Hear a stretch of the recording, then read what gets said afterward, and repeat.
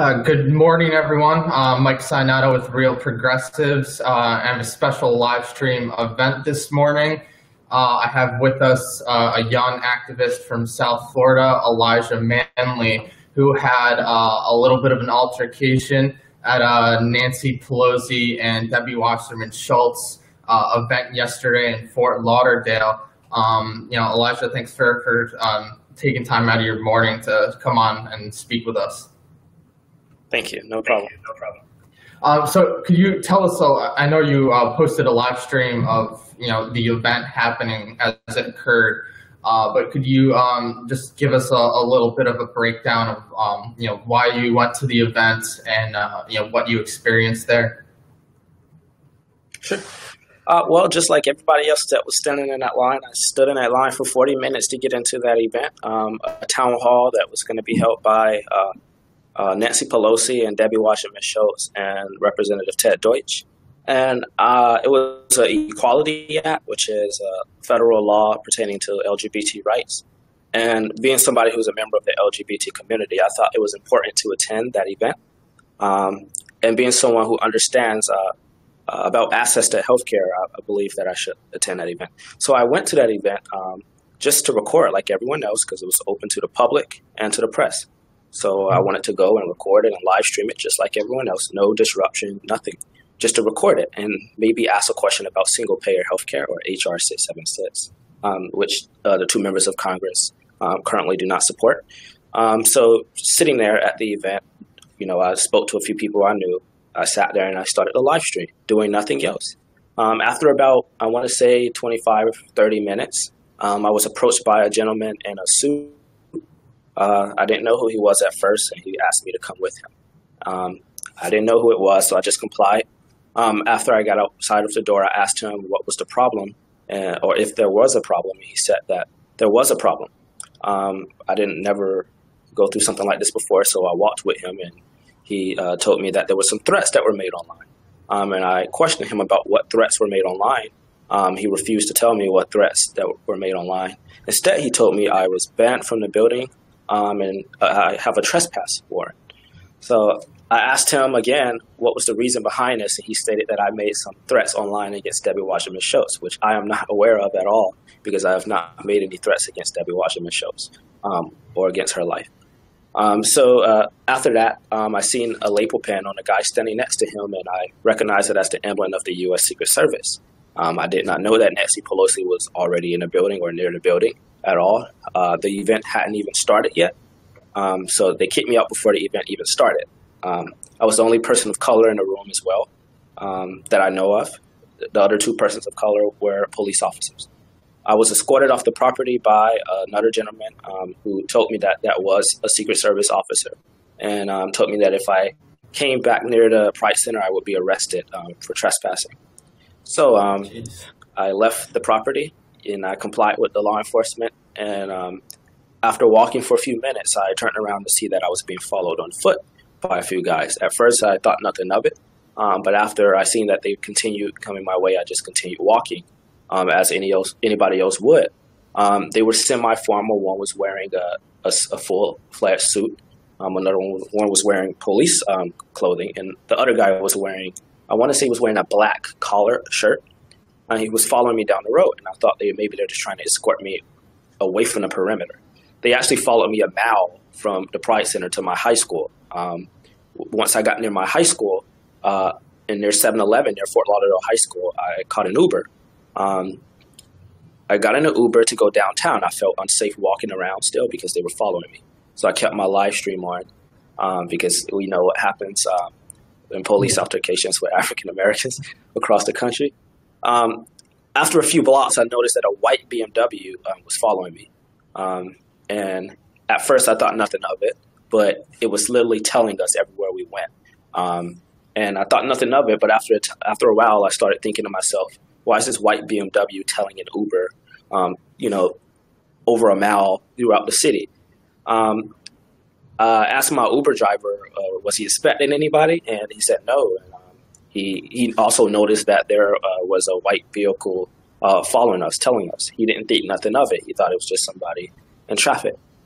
After I got out of the Uber, I went into a building downtown to stay off the street because of I felt that I was threatened at that time because of the white BMW, which is usually not a law enforcement color vehicle, a white BMW. But I went inside of a building downtown, and I stayed inside of the building for about 2 hours before I felt safe to even go back outside. I was too scared to go back outside. When I went back outside, I saw the same BMW about 30 minutes later, and I knew something was on at that point because you're not going to see the same vehicle over and over again, and it's not just a coincidence. So my phone died and I couldn't catch an Uber. So I was stranded for a while and I had to take the public transportation. So I took a city bus to get home. After I got off the city bus, which is the city bus stop is near my house, I crossed the street and I seen the same white BMW. It was a little bit further down. And at that point I was like, no, I'm not going back outside. So I went back into my house and I stayed in my house, and I didn't come back out until around 8 or 9 to help my mom do some things around the yard, throw some trash out. And I was too scared to go for my daily walk because I go for a walk every night. I didn't feel comfortable going out that time of the night, and I definitely didn't feel comfortable going out last night. I wanted to take pictures too, but I wasn't thinking. It was like at the end, and after my live stream was done and my phone died, I couldn't really take any pictures because my live stream had drained my battery. Always have your battery fully charged before you go to any event so you can record everything. I wish I think I did. I don't know if I got the TAT number to that vehicle, but I did pick up a TAT number.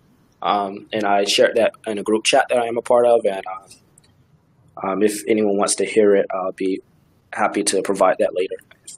Necessary if anyone can find out who that was. All right, well, Elijah, I'm sorry that happened to you. Has anyone from the Democratic Party or that LGBT Center tried to contact you? I know Stephen Jaffe, who is primary, and Nancy Pelosi called her and Debbie out on Twitter to explain their treatment of you at the event. I mean, has anyone tried to follow up with you from the Democratic Party? Not at all. Their party talks a lot of the Democratic Party, and the leadership talks a lot about optics, but this is bad optics. And nobody has ever contacted me to apologize, to understand what happened.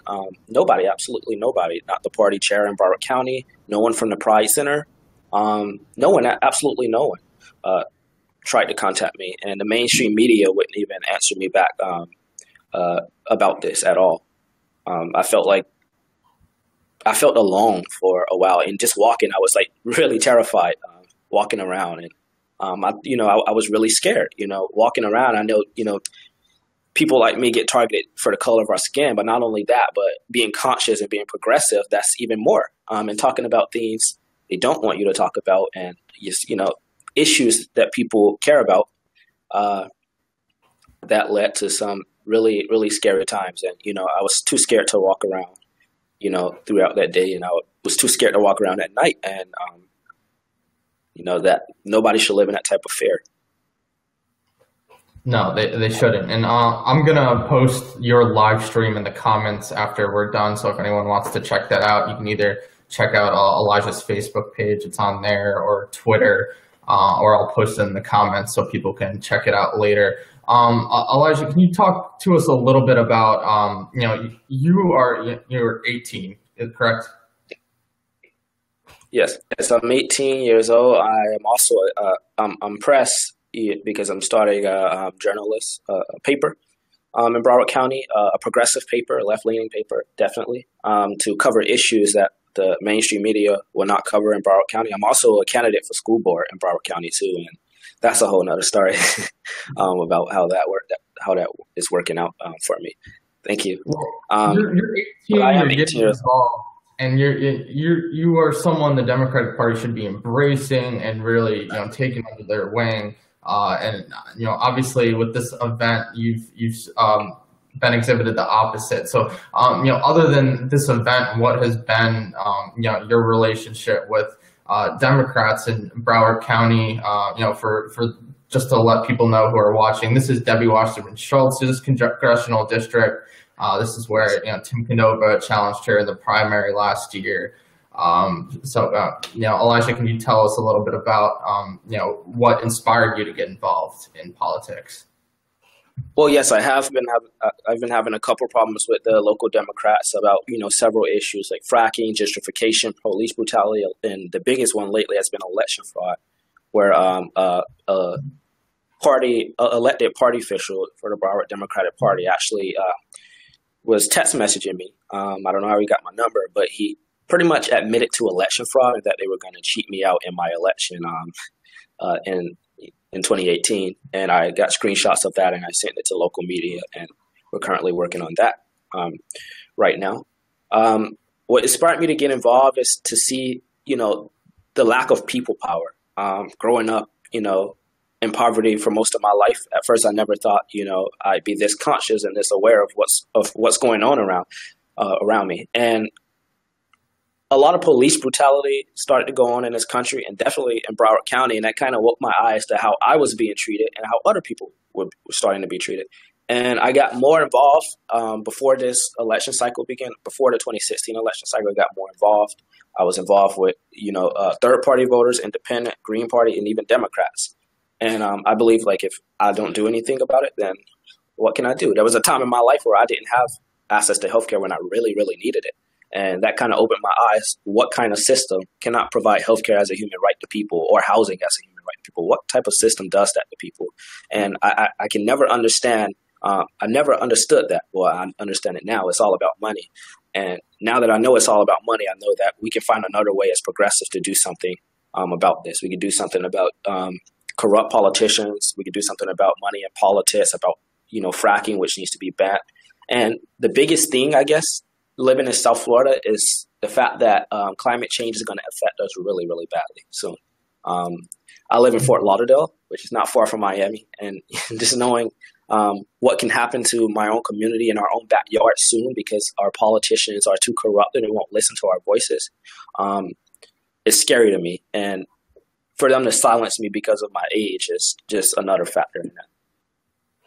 No, I agree, and I apologize. You had to go through that. I think as progressives, we're all experienced some kind of pushback from the establishment, but you were alone at this event, and just watching the live stream, I think anyone would be scared in that scenario. So I'm sorry you had to deal with that, but we have your back.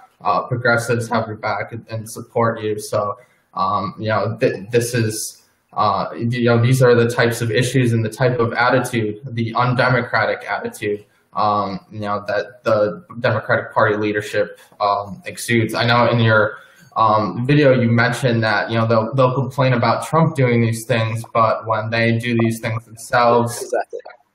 Yeah. Now, if that was a Trump rally, it would be blown up everywhere. It'd be in Washington Post. It'd be in New York Times. It'd be in the local papers, that night. But since it was just that kid that always talks about fracking and election fraud and other things that they don't want to talk about, is a blackout. It's a blackout about it. And Democrats sometimes do the same exact things Republicans do, and they get away with it. And the thing is, we can't keep allowing the corporate Democrats to continue destroying our earth, destroying this country, destroying our government, and we as people need to take back our government and take back our planet for all of us and for future generations. When I do everything I do, I'm not thinking about myself. I'm thinking about the people that's have an earth that's sustainable, an earth that values human dignity and human existence. Then I don't know what to say. Well, can you tell us a little bit about, you mentioned that you are trying to start up a progressive media outlet to cover local issues that are getting blacked out. Can you talk to us a little bit about, what some of those issues are that local media in South Florida are not covering at all? Okay, so there's a lot of issues. I'm going to name a few of them because if I name all of them, then I would be here all day. The first one is the gentrification of the African-American community in Broward County, primarily Sistrunk and other areas and corridors in Broward County. What we are seeing now is this invasive community system in Broward County where we have police officers that are not even from your community They're coming from, areas like Coral Gables where the average household income is maybe $120,000. And they're coming to a community where the average income is probably, $8,000 or $10,000. And they're terrorizing people in the community.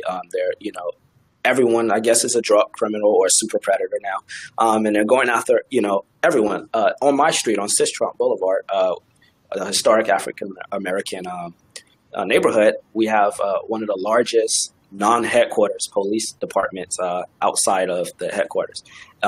Completely militarized. Sometimes when you're walking down the street, you can see they have tanks behind there. They have, these bit vehicles, and a lot of the times they're driving down the street and they're stopping people and they're harassing people. That's an issue that's not really covered in the media, that a lot of the kids are being terrorized by police in Broward County in many different areas. They're not even talking about why our prosecutor hasn't even prosecuted one police officer, hasn't even filed charges against one police officer in his 44 years of being state attorney, which is, to me, quite concerning. What else they also won't talk about the lack of job opportunities, the lack of health care for people in different parts of